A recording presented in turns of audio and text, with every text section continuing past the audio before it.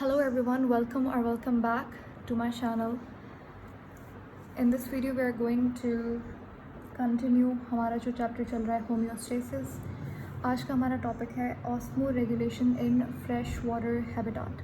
लेकिन इससे पहले मैं बता दूं कि आपके पास देखो वर्ड ऑस्मो रेगुलेशन, इस वर्ड को जब आप डिवाइड करेंगे, तोड़ेंगे, तो आप इससे इसकी मीनिंग निकाल सकते हो. देखो ऑस्मो का मतलब क्या होता है, पानी से कुछ रिलेटेड. ठीक है, ऑस्मो ऑस्मोसिस से निकला है. ऑस्मोसिस का मतलब क्या था, वाटर की मूवमेंट होना. तो ऑस्मो यानी कि समथिंग रिलेटेड टू वाटर. उसके बाद वो कह रहे हैं रेगुलेशन, यानी कि मेंटेनेंस, पानी का रेगुलेट होना किसी भी लिविंग ऑर्गेनिज्म के अंदर, उसे आप ऑस्मो रेगुलेशन कहते हो. अब ऑस्मो रेगुलेशन हर डिपेंड करती है हैबिटाट के ऊपर, यानी कि किस जगह पर ऑर्गेनिज्म रह रहा है. अगर आप बात करोगे टेरेस्ट्रियल एनिमल्स की, उनके अंदर एक डिफरेंट मैकेनिज्म है. अगर आप बात करेंगे osmo regulation in fresh water की, तो वो वहाँ पे डिफरेंट मैकेनिज्म चल रहे. तो ठीक है, अगर आप देखो इवन वाटर बॉडीज़ के अंदर भी एक होता है फ्रेश वाटर, यानी कि जिसके अंदर जो पानी है उसकी जो कंसनट्रेशन है, सॉल्यूट की कंसनट्रेशन जो है वो बहुत कम है. समझ लो मीठा पानी, सिंपल वर्ड्स के अंदर. इसके अंदर सॉल्ट की कंसनट्रेशन बहुत कम होती है. और एक होता है हमारे पास मेराइन वाटर, जिसका मतलब होता है कि सॉल्यूट की कंसनट्रेशन ज़्यादा होती है. अब फ्रेश वाटर और मेराइन वाटर दोनों के एनिमल्स डिफरेंट होते हैं, दोनों के ऑर्गेनिजम्स आपस में फ्रेश वाटर में रहने वाले अलग जानवर होते हैं और मेराइन वाटर में मेराइन ऑर्गेनिजम्स रहते हैं. सबसे पहले हम बात करेंगे osmo regulation in fresh water habitat की. अब देखो हमारे पास जो फ्रेश वाटर हैबिटाट में रहने वाले जानवर होते हैं, फिशेस, जो फ्रेश वाटर फिशेस होती हैं, जैसे बोनी फिश वगैरह हो गई. तो अब मसला क्या है, जैसे फॉर एग्जांपल मैं यहाँ पे एक डायग्राम बना रही हूँ और इसी डायग्राम को समझकर हम इसी डायग्राम को देखकर हम लोग पूरा सीखेंगे कि किस तरीके से ऑस्मो रेगुलेशन इनके अंदर हो रही है. अभी हमने एक ऑर्गेनिज्म ले लिया, इसके अराउंड हम लोग यहाँ पे कुछ पानी बना देता है. ठीक है, आई डोंट नो ये नज़र आ रहा है कि नहीं आ रहा. नहीं आ रहा, आई थिंक. हाँ, शायद अब आ रहा है.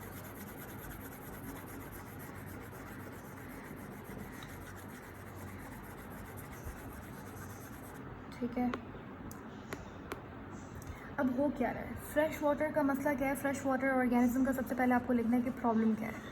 भाई प्रॉब्लम सिंपल सी है. क्या होता है, फ्रेश वाटर में जो रहने वाले ऑर्गेनिजम्स होते हैं उनको मसला क्या आता है कि बाहर सॉल्यूट की कंसनट्रेशन क्या है, वो बहुत कम है, और ऑर्गेनिज्म के अंदर सॉल्यूट की कंसनट्रेशन ज़्यादा होती है. एक बात आपने याद रखनी है कि हमेशा जो पानी मूव करता है वो हायर सॉल्यूट कंसनट्रेशन की तरफ मूव करता है. क्या बोला मैंने, कि वाटर हमेशा मूव करता है from low solute to high solute. Low salt से हाई सॉल्ट या सॉल्यूट की तरफ पानी की मूवमेंट होती है हमेशा. तो अगर ऑर्गेनिज्म, एक फ़िश के बाहर सॉल्यूट की कंसनट्रेशन कम है और फिश की बॉडी के अंदर सॉल्यूट की कंसनट्रेशन ज़्यादा है, तो बाहर वाला जो पानी है वो ऑर्गेनिज्म के बॉडी के अंदर मूव करने की कोशिश करता है, और ऐसा ही होता है. जिसकी वजह से प्रॉब्लम क्या आती है, यहाँ पे ऑर्गेनिज्म के अंदर पानी की कंसनट्रेशन बहुत ज़्यादा हो जाती है. ठीक है, इंटरनल जो कंडीशन होती है ऑर्गेनिज्म की, वो पानी की एफिशिएंसी को महसूस करती है. अच्छा, एक चीज़ मैंने आपसे मेंशन की कि जो, और अगर आप इसे हाइपोटोनिक हाइपरटोनिक की लैंग्वेज के अंदर बताओगे तो क्या आप बोल सकते हो कि बाहर जो है हमारे पास कंडीशन कैसी है, सॉलिड की कंसनट्रेशन कम है, फ्रेश वाटर है ना भाई, तो आप इसे बोल सकते हो बाहर कंडीशन हाइपोटोनिक है, और ऑर्गेनिज्म के अंदर कंडीशन क्या है, हाइपरटोनिक. वाटर हमेशा हाइपोटोनिक टू हाइपरटोनिक मूव करता है. तो पानी कहाँ जाएगा, ऑर्गेनिज्म की बॉडी के अंदर, जिससे जो फिश है उसकी बॉडी में वाटर की कंसनट्रेशन बहुत ज़्यादा हो जाएगी. तो ये मेन प्रॉब्लम होती है किसकी, फ्रेश वाटर के अंदर रहने वाले जानदार ऑर्गेनिजम्स की. अब इससे होता क्या है, ऑफ कोर्स ये हमारे पास प्रॉब्लम है, तो इसका सलूशन क्या होता है. एक चीज़ ये भी है, तो क्योंकि अब पानी ज़्यादा आ गया बॉडी के अंदर, तो जो सॉल्ट है ऑर्गेनिज्म का खुद का जो बॉडी के अंदर सॉल्ट है, उसकी कंसनट्रेशन भी फिर क्या हो जाती है, कम हो जाती है। तो हमें क्या करना है, हमें सॉल्यूट को भी बरकरार रखना है और वाटर की कंसनट्रेशन को भी मेंटेन रखना है। तो अब सोल्यूशन में हम लोग ये ले सकते हैं कि भाई जो फिशेस होती हैं जो फ्रेश वाटर में रहती हैं, ये क्या करती हैं, ये एक्टिवली अपनी बॉडी से जो वाटर आया है वो बाहर निकालती है, ठीक है। तो इनकी किडनीज़ का इसके अंदर बहुत बड़ा रोल होता है। इनकी किडनीज़ क्या करती हैं, डाइल्यूट यूरिन प्रोड्यूस करती है। डाइल्यूट यूरिन का मतलब क्या होता है, जिसके अंदर सॉल्यूट कंसनट्रेशन कम हो, या फिर समझ लो कि डाइल्यूट यूरिन वो होता है जिसके अंदर आपके पास वाटर कंसनट्रेशन ज़्यादा होती है। तो पहला काम तो आप इनकी किडनीज़ ये करती हैं कि डाइल्यूट यूरिन प्रोड्यूस करती हैं। ये जो फ़िशेज़ होती हैं फ्रेश वाटर फ़िशेज़, ये पानी ड्रिंक नहीं करती, जबकि मराइन वाटर की जो फ़िशेज़ होती हैं वो पानी को ड्रिंक करती हैं। आगे आप लोग पढ़ोगे, क्योंकि इनके पास तो देखो ना वाटर सॉल्ट तो इनकी बॉडी के अंदर है, बाहर से तो कोई सॉल्ट ले नहीं सकती, बाहर कोई सॉल्ट है ही नहीं।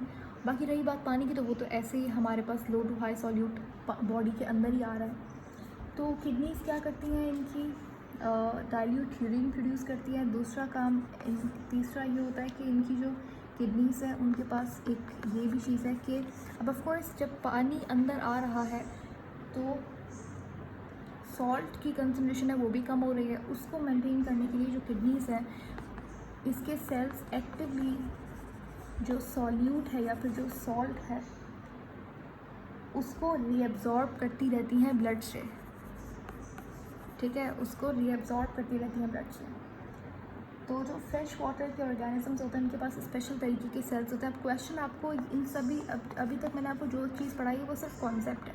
आपको याद क्या चीज़ करनी है कि फ्रेश वाटर ऑर्गेनिजम्स के अंदर एक तरीके के सेल्स होते हैं जिनको आयोनोसाइट्स बोला जाता है। आयोनोसाइट्स का काम होता है सॉल्ट को एक्टिवली रीअब्जॉर्ब करना, ठीक है। ये लोग एक्टिवली एक्सट्रैक्ट करते हैं आयंस को एक्सटर्नल मीडियम से। अभी फ्रेश वाटर के अंदर वैसे तो बहुत कम आयंस होते हैं, लेकिन जो भी थोड़े बहुत होते हैं तो ये आयनोसाइट्स क्या करते हैं, उनको नॉट रीएब्जॉर्ब बट एब्जॉर्ब या फिर एक्सट्रैक्ट आप बोल सकते हो। तो आयनोसाइट्स का काम होता है कि ये एक्सट्रैक्ट करते हैं इम्पॉर्टेंट आयंस को।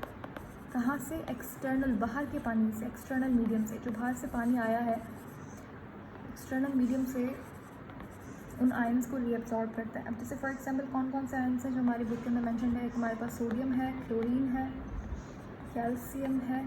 तो ये सारे आयंस जब इम्पॉर्टेंट होते हैं उनको ये एक्सट्रैक्ट करते हैं और इसकी जगह पर बॉडी से हार्मफुल आयंस को बाहर भेजते हैं। कैसे आयंस को, जैसे H पॉजिटिव एसिडिक आयन है, उसके बाद बाइकार्बोनेट आयन, ये यूजलेस आयंस है, इनका बॉडी में कोई काम नहीं होता। तो एसिड बेस बैलेंस को मेंटेन करने के लिए ये आयंस बॉडी से आउट होते हैं और ये वाले आयंस जो है वो एक्टिवली एक्सट्रैक्ट होते हैं। कौन करता है, आयोनोसाइट करते हैं। क्वेश्चन आ चुका है और ये आपको याद रखना है कि आयोनोसाइट सेल्स पूछ सकता है, ठीक हो गया। अच्छा, उसके बाद हम लोग बात करेंगे किसकी, हमारे पास osmoregulation marine water habitat में रहने वाले जानवरों के अंदर कैसी होती है। बिल्कुल कॉन्सेप्ट वही है, सिर्फ यहाँ पे क्या फ़र्क क्या है, फ़र्क ये है कि यहाँ पे आपकी जो फ़िश है, इस फ़िश के पास एक प्रिविलेज होता है, लेकिन वो प्रिविलेज भी क्योंकि बहुत ज़्यादा क्वांटिटी के अंदर कोई भी चीज़ हो जाए तो वो प्रिविलेज नहीं रहती। इनके अंदर क्या होता है, इनके अंदर भी सेम ही चीज़ हो रही होती है, लेकिन क्योंकि ये लोग मेराइन वाटर के अंदर रह रही होती हैं तो इनकी बॉडी, मैं यहाँ पे लिख देती हूँ पहले, osmo regulation and marine habitat. अब होता क्या है, मेराइन वाटर कैसा होता है जिसका सॉल्यूट कंसनट्रेशन बहुत ज़्यादा हो। अब बॉडी के बाहर सॉल्ट की कंसनट्रेशन बहुत ज़्यादा है तो वाटर हमेशा low salt to high solute move करता है या सॉल्ट मूव करता है। तो इनके अंदर, इन ऑर्गेनिजम्स के अंदर प्रॉब्लम ये होती है कि इनकी बॉडी का जो वाटर है वो बाहर आता रहता है, तो बॉडी के अंदर वाटर स्कार्सिटी होती है। तो मेराइन हैबिटाट में रहने वाले जानवरों के अंदर क्या होता है, वाटर की डेफिशिएंसी या वाटर की स्कार्सिटी होने का ख़तरा होता है। लेकिन इनको कुछ ऐसे मैकेनिज़्म को फॉलो करना होता है जिससे ये वाटर को रिटेन कर सके अपनी बॉडी में। वही हम लोग अभी सीखेंगे किस तरीके से ये वाटर को रिटेन रखते हैं अपनी बॉडी के अंदर। तो पहले यहाँ पे लिखेंगे कि प्रॉब्लम क्या है। प्रॉब्लम ये है कि डेफिशिएंसी ऑफ वाटर देखने को मिलती है क्योंकि water moves out of their body, क्योंकि बाहर सॉल्ट की कंसंट्रेशन ज़्यादा है ना भाई, ठीक है। तो ये लोग क्या करते हैं, फर्स्ट कि ये लोग पानी को दे ड्रिंक वाटर, एक्सटर्नल पानी को ये लोग पीते हैं, जबकि जो फ्रेश वाटर फिशेस थी वो पानी को ड्रिंक नहीं कर रही थी। मेजर डिफरेंस है, ठीक हो गया।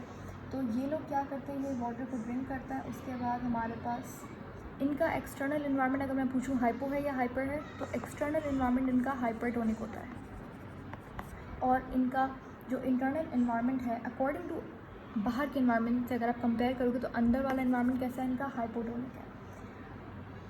अच्छा, अब इनका सोल्यूशन क्या है। सोल्यूशन के लिए तो एक तो ये पानी को लेती हैं बाहर से, they drink a lot of water, पहली बात। दूसरी बात ये कि इनकी बॉडी के अंदर, क्योंकि ये पानी को जब ड्रिंक करती है तो उस पानी के साथ साथ कुछ बहुत सारे सॉल्ट भी आ जाते हैं इनकी बॉडी के अंदर, और वो सॉल्ट जो है वो हार्ड सॉल्ट होता है। अब ये भी एक मसला है, ठीक है। जो हार्ड सॉल्ट है फिर उसको जो है वो ब्रेक डाउन भी करना होता है, ठीक है। एक बात याद रखनी है, जो मराइन वाटर के अंदर सॉल्ट होते हैं वो हार्ड होते हैं as compare to fresh water salt से, ठीक है। ओके, उसके बाद आपने ये समझना है कि मराइन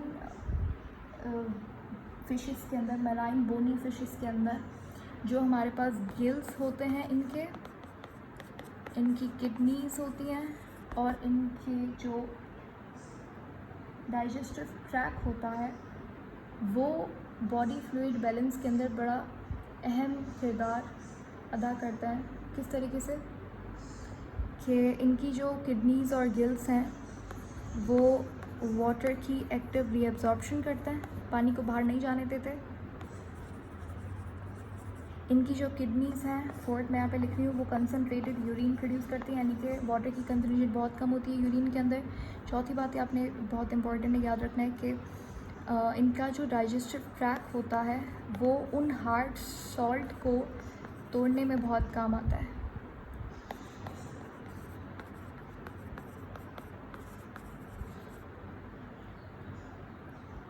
ठीक है। और जो भी एक्सेसिव, अगर इनकी बॉडी के अंदर कोई एक्सेसिव सॉल्ट है, क्योंकि पानी ये लोग बाहर से लेते हैं तो सॉल्ट बॉडी के अंदर आ गया, अब वो सॉल्ट को ब्रेक डाउन करता है, इनकी जो डाइजेस्टिव ट्रैक है वो क्या, तो वो सॉल्ट को ब्रेक डाउन करेगा। अगर वो ब्रेक डाउन नहीं होता तो फिर उस कंडीशन में क्या होता है, ये लोग वो जो सॉल्ट है उसको अपने रेक्टल, ये क्वेश्चन आ सकता है, उस सॉल्ट को अपने रेक्टल ग्लैंड के थ्रू एक्सक्रीट करते हैं बॉडी से बाहर, ठीक है। और ये रेक्टल ग्लैंड्स कहाँ कहाँ पे होते हैं, ये इनके इंटेस्टाइन के अंदर होता है,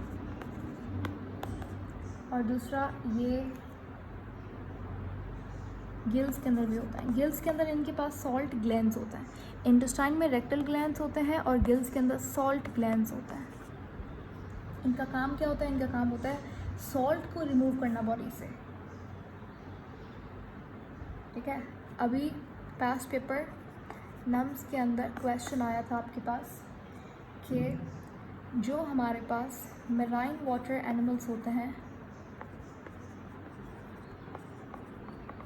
या ऑर्गेनिजम्स होते हैं, वो कौन सा आयन बनाते हैं, वो कौन सा आयन एक्सक्रीट करते हैं, ये सवाल था। वो कौन सा आयन एक्सक्रीट करते हैं थ्रू देयर रेक्टल ग्लैंड। तो आपके पास ऑप्शन के अंदर सोडियम था, मैग्नीशियम था, क्लोरीन था, ठीक है, और हमारे पास मेरे ख्याल से बाइकार्बोनेट आयन भी था। ये चार ऑप्शन से आपको सिलेक्ट करना था कौन सा एक्सक्रीट आउट होता है। तो यहाँ पे है तो ये चारों ऑप्शन सही, ये चारों आयन्स जब एक्सक्रीट होते हैं बॉडी से बाहर, सल्फेट भी होता है, क्लोरीन भी होता है, कैल्शियम भी होता है, मैग्नीशियम भी होता है, लेकिन अब क्योंकि उसने स्पेसिफाई नहीं किया कितना, कैसे, कौन सी स्पेसिफिक कंडीशन में वो बात करें, वैसे ये चारों आयन्स ही एक्सक्रीट होते हैं। लेकिन यहाँ पर सही जवाब आपका मैग्नीशियम है, क्योंकि ये सबसे ज़्यादा कंसनट्रेशन के अंदर रेक्टल ग्लैंड्स के थ्रू बाहर जाता है बॉडी के, क्योंकि मेराइन ऑर्गेनिजम्स के अंदर मैग्नीशियम आयन जो है वो अबंडेंस के अंदर होता है।